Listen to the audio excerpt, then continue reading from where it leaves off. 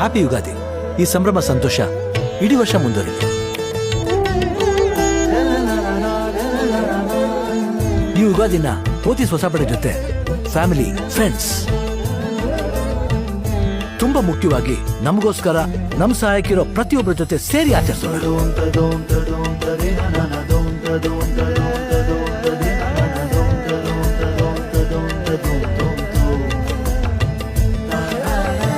ನಗು ನಗುತ್ತಾ ನಲಿನಲ್ಲಿ ಯುಗಾದಿಯ ಸಡಗರದಲ್ಲಿ ಎಲ್ಲರೂ ಸಂತೋಷವಾಗಿದ್ರೆ ಅದೇ ನಮ್ಗೆ ಹೆಚ್ಚಿನ ಸಂತೋಷ ಅಲ್ವಾ?